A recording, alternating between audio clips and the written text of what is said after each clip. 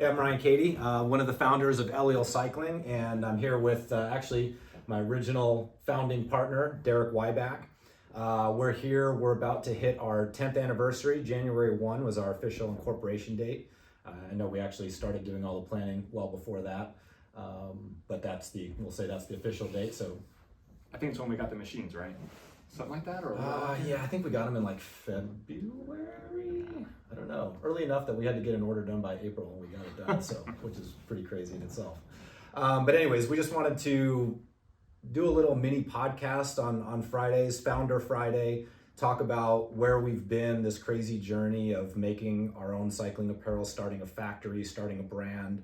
A lot of adventures throughout the years. So Derek, you obviously started with me, but then, just so people know, you left me. Left you. After 3 years. I still remember the phone call. I was walking to school. Actually, I was walking back from school. I took the kids to school one day. I think it was like a Monday morning, and I called you. I'm like, I'm out. And you're like, and the fact that wasn't shocking to me at all, actually, was probably one of the, goes back to our history together over the years. Yeah. For those that don't know, we met back in college, bike racing, and friends for a lot of years, and then we really got to know each other super well at Sockeye when we both worked there, and right. 5 years at Sockeye. 5 years together there, yeah, for sure. So some interesting stories there. I definitely want to ask you about where you've been and what you've been doing. We can talk about that too. But also, I think I want to go back and speak to why I asked you to be part of this business, which would be, I think, an interesting story. But yeah. What are you doing now? Why where'd you go? Why am I back after 7 years? Yeah, well, and Derek's coming back, by the way. So if you want to buy custom clothing, so Derek has always been in the sales side of things. Although we did, you did a bit of everything, as we both did when we started. But sales has always been one of your big loves. Love meeting people, love traveling. So if you want to buy custom gear from us, Derek is back and is going to be helping us out part time. Along with his other gig, what was your other gig? What did you leave to do? Yeah, so after that phone call, I just kind of, went exploring, and I was working in my kids' classroom volunteering, and the light bulb went off. Couldn't sleep for 3 days, and figured I wanted to become a teacher, spend my time in the classroom. So, although I'm working in school, I don't have my own classroom. I'm actually a education specialist, or what was formerly known as a special ed teacher. So I have students with autism and ADHD and academic support needs and all that type of stuff. So that keeps me busy during the day. And then, Ryan and I have been riding together, quite a bit for the last 7 years. Always kept in touch. Our daughters are friends. Well, you stopped.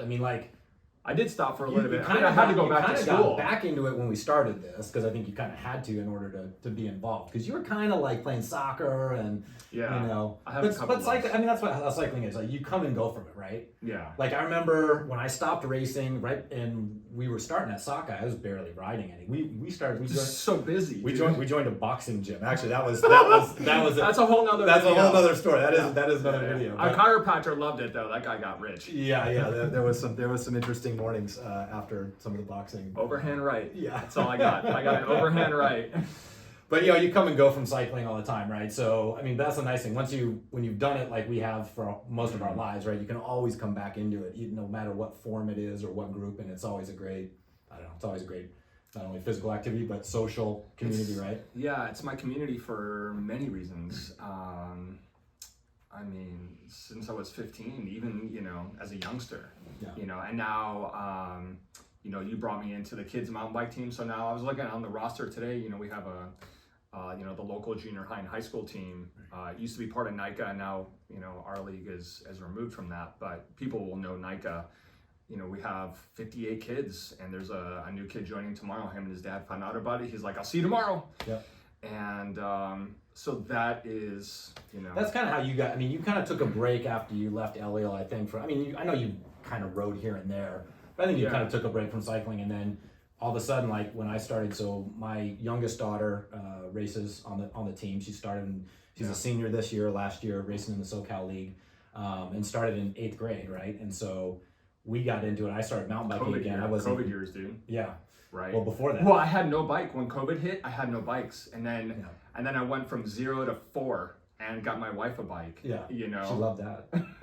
Spent a lot of money that year on bikes, dude. Yeah, let's not talk about that. This don't watch this, honey. Yeah, get you in trouble there. Yeah, so she knows. I don't even know the numbers.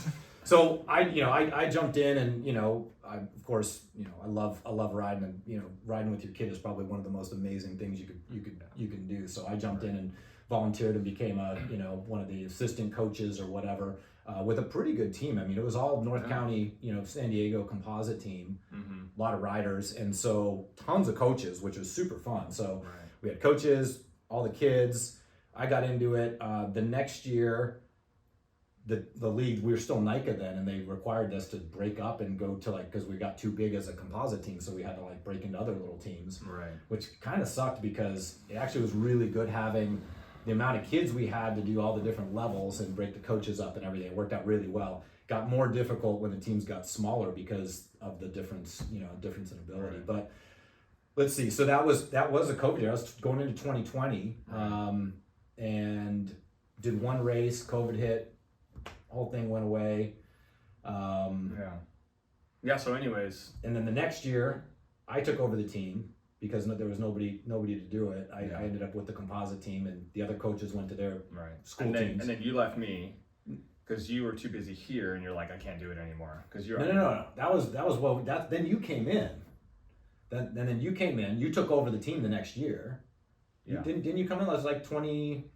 Yeah. Let's see. 2020 was close. So 21. This is my third year as a director and fourth year total. So I coached with you for a year. Okay. There was 8 kids. Maybe I'm a year behind. Yeah.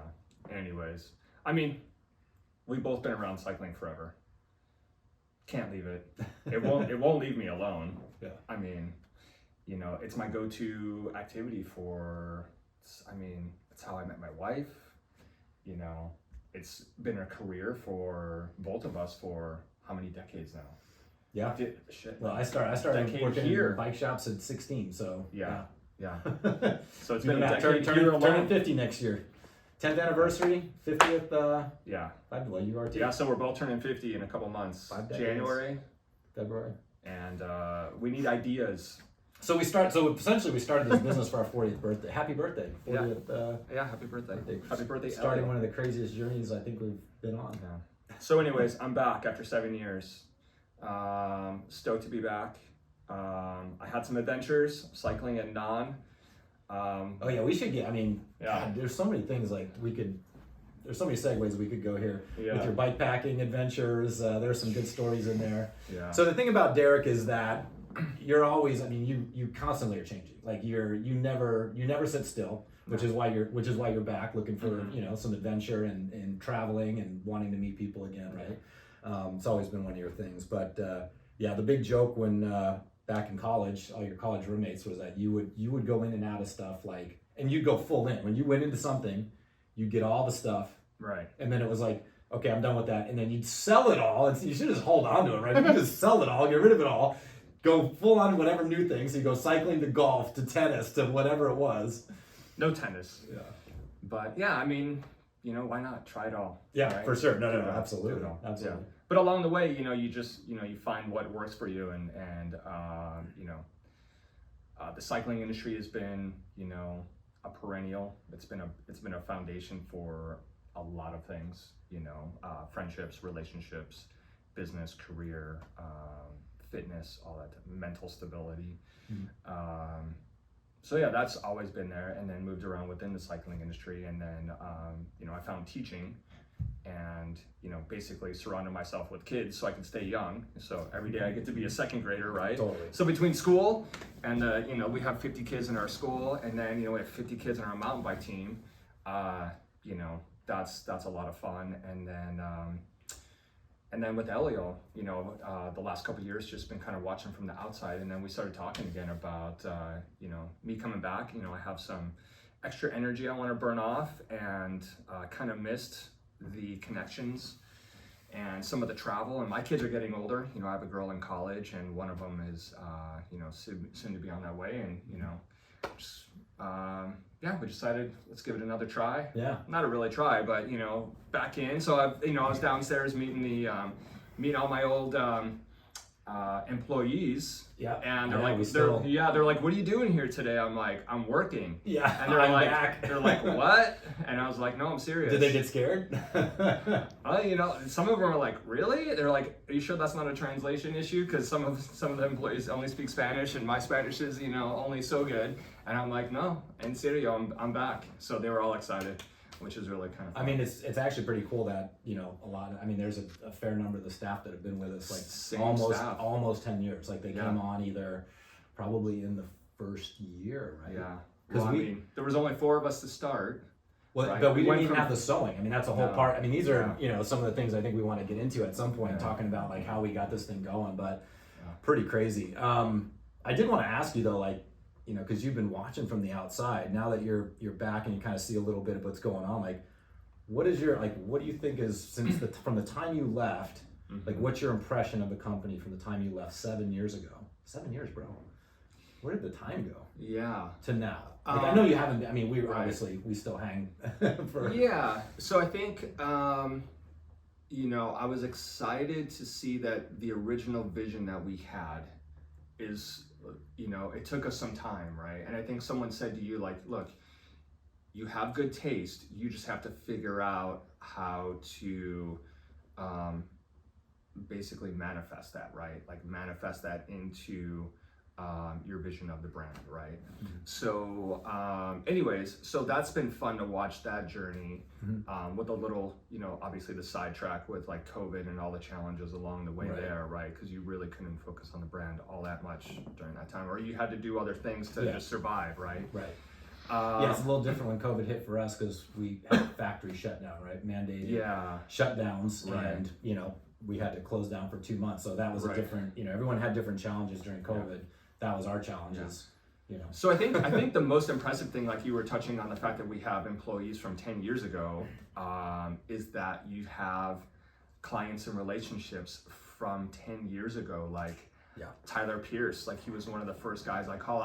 You're the one that met Tyler. Yeah, first. so you know, I was going down the list of like California teams, telling people about it, and this one guy's like, "You need to talk to this guy Tyler. He has a really cool idea, and he's kind of kooky. Just, you know, warning you." And so I called Tyler, and he's like, "Hey, I've got this thing." And you know, we had been around the cycling industry. We knew like what kind of relationships work and don't work, and we didn't want to just like throw out discounts to like, you know, everybody in the industry trying to get business, right? We wanted to be strategic.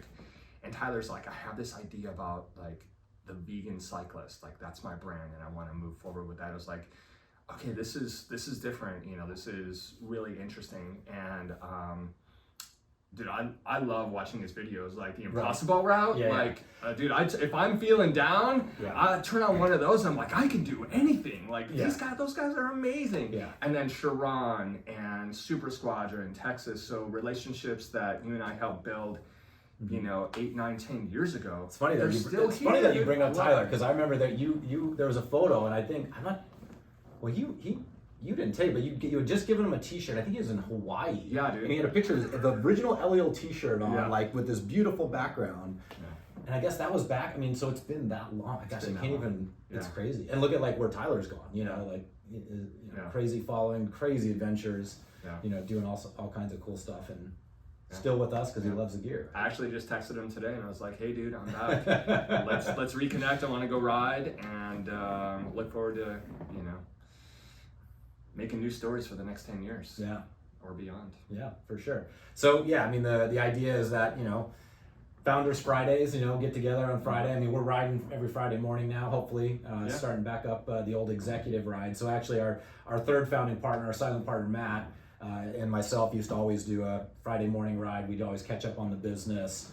And Matt had a different company, owned his own company in the consulting construction area. So we like to call it, you know, the executive ride, kind of a joke, you know, but you know, Matt didn't like to go out super early because of the cold. So, you know, and so we would go a little bit later, we'd have coffee afterwards and get caught up on the week. Cause Matt's always been a great advisor for us, you know, silent, but not really. I mean, you know, active for sure. Yeah, for sure. Great mentor. Yeah.